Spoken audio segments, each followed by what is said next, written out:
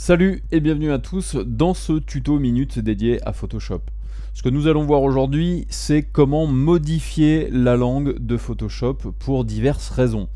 Attention, quand je dis modifier la langue, ça ne va pas être pouvoir passer du français au roumain ou au russe ou genre de truc là.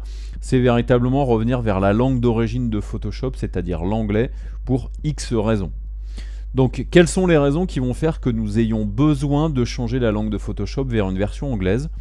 La première, qui est une des plus connues, c'est lorsque vous suivez un tutoriel en anglais, par exemple, et vous avez besoin en fait de retrouver les fonctions de Photoshop, et il est parfois pas évident en fait de faire la traduction entre la version anglaise et la version française dans les tutos, et donc dans ce cas-là, ça peut être très important de pouvoir changer cette langue de Photoshop vers l'anglais. Ensuite, autre fonction, et là c'est un petit peu plus gênant, vers lequel vous pouvez avoir besoin justement de Photoshop en anglais, c'est sur l'utilisation de certains scripts d'action. Les actions, ce sont les petites choses que vous pouvez retrouver sur le net qui vont vous permettre d'automatiser certaines transformations ou certaines tâches dans Photoshop. Donc vous pouvez vous-même créer vos actions, mais il est pratique aussi parfois de pouvoir récupérer sur Internet des actions qui vont vous permettre de créer par exemple un effet métal sur du texte ou de créer des effets de retouche colorimétrique sur des images. Donc là typiquement pour vous montrer qu'effectivement lorsque Photoshop n'est pas en anglais, les scripts d'action peuvent ne pas marcher, je vais charger directement dans fichier ici une image et nous allons faire fonctionner un groupe d'actions que j'ai ici pour que vous voyez effectivement que ça ne va pas fonctionner à tous les coups. Les actions que je vais utiliser, c'est des actions qui s'appellent HDR Legendary, que je vous mettrai dans les fichiers de travail et que vous allez pouvoir utiliser pour tester vous-même.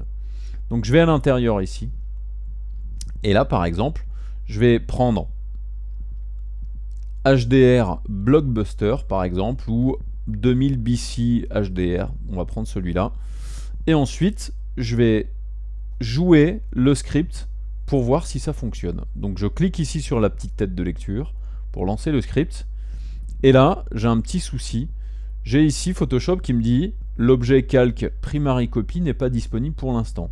Donc en fait il cherche un calque qui s'appelle primary copy, et si je vais regarder ici dans mes calques sur le côté ici à droite dans la fenêtre de calque, je me rends compte que j'ai effectivement des primary copy, mais par contre le mot copy lui est en français et pas en anglais, et c'est ça qui pose problème dans l'action. Puisque mon Photoshop est en français, quand il crée une copie, il écrit copie en français et pas en anglais. Et comme le script lui cherche copie en anglais, forcément ça ne peut pas marcher. Donc, comment est-ce que je vais modifier Photoshop? Donc je vais arrêter le script, je vais fermer Photoshop puisque je vais avoir besoin de le fermer pour modifier la langue. Donc je n'enregistre pas. Et ensuite, il me suffit juste de chercher le dossier dans lequel Photoshop est installé. Donc si vous êtes sur Windows, c'est sur le disque local C, là où vous avez votre installation classique, dans le dossier Program Files. Donc moi je suis sur une version Photoshop CC 2014 sur un système 64 bits. Donc c'est à l'intérieur du répertoire Program Files que je vais le chercher. Je cherche le répertoire Adobe, je cherche Photoshop, et ensuite je vais chercher un dossier qui s'appelle Local, dans lequel il y a normalement un dossier dans lequel il y a la langue dans laquelle vous l'avez installé. Donc moi c'est français, donc je double-clique dessus, je vais ensuite dans le répertoire Support File, et là-dedans j'ai un fichier .dat qui s'appelle tw blablabla quelque chose. Donc il faut juste que je modifie ce fichier-là, modifier son nom. Donc je vais faire F2 pour le modifier, je vais l'appeler old underscore et son nom, j'appuie sur Entrée pour valider. Là, il me demande d'avoir les droits d'utilisateur, administrateur, donc je fais continuer. Et là, maintenant, je l'ai renommé. Donc maintenant, si j'ouvre Photoshop, on peut voir déjà dans la fenêtre de chargement qu'il écrit en anglais. Et regardez, là maintenant, j'ai bien tous mes menus qui sont en anglais. Ici, au niveau des calques, etc., c'est bien en anglais aussi. Donc je vais recharger mon image comme ceci. Je retourne chercher le même script que je voulais utiliser tout à l'heure. Je clique sur lecture et je le laisse fonctionner.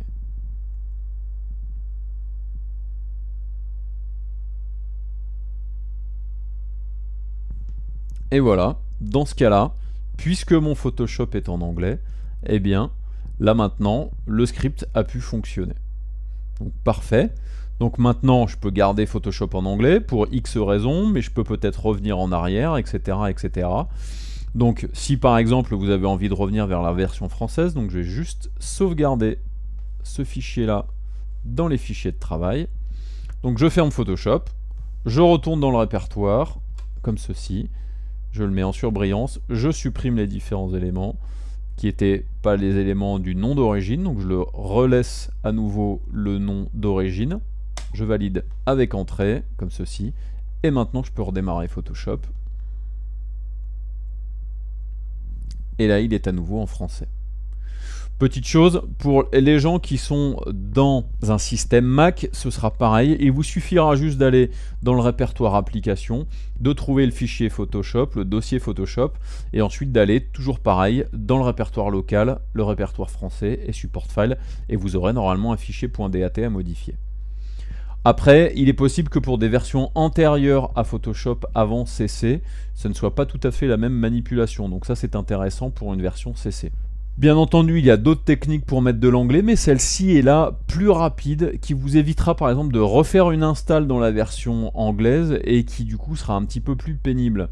Pour ceux qui ne savent pas comment utiliser les actions, puisque c'était là un peu la démonstration justement de cette transformation en anglais, donc je vous rappelle que la fenêtre d'action se trouve dans Fenêtre, Action, et ensuite lorsque vous voulez rajouter une action dans vos listes, ici, il vous suffit d'aller ici sur le petit menu qu'il y a en haut à droite, vous cliquez dessus, vous avez ensuite ici une fonction qui s'appelle Charger des actions, donc je clique dessus, et ensuite il me suffit d'aller chercher des actions. Donc là, je vais aller en chercher une, par exemple, par ici. Je vais prendre celle-ci. Donc je double-clique dans mon dossier, Action Sketching. Là, j'ai un dossier dans lequel il y a Action. Et le fichier Action, c'est un fichier .atn que vous avez ici. Donc je le prends comme ceci et je le charge. Et il me l'a récupéré ici. Si par exemple, vous voulez trouver sur le net des actions pour Photoshop, ça n'est pas très compliqué.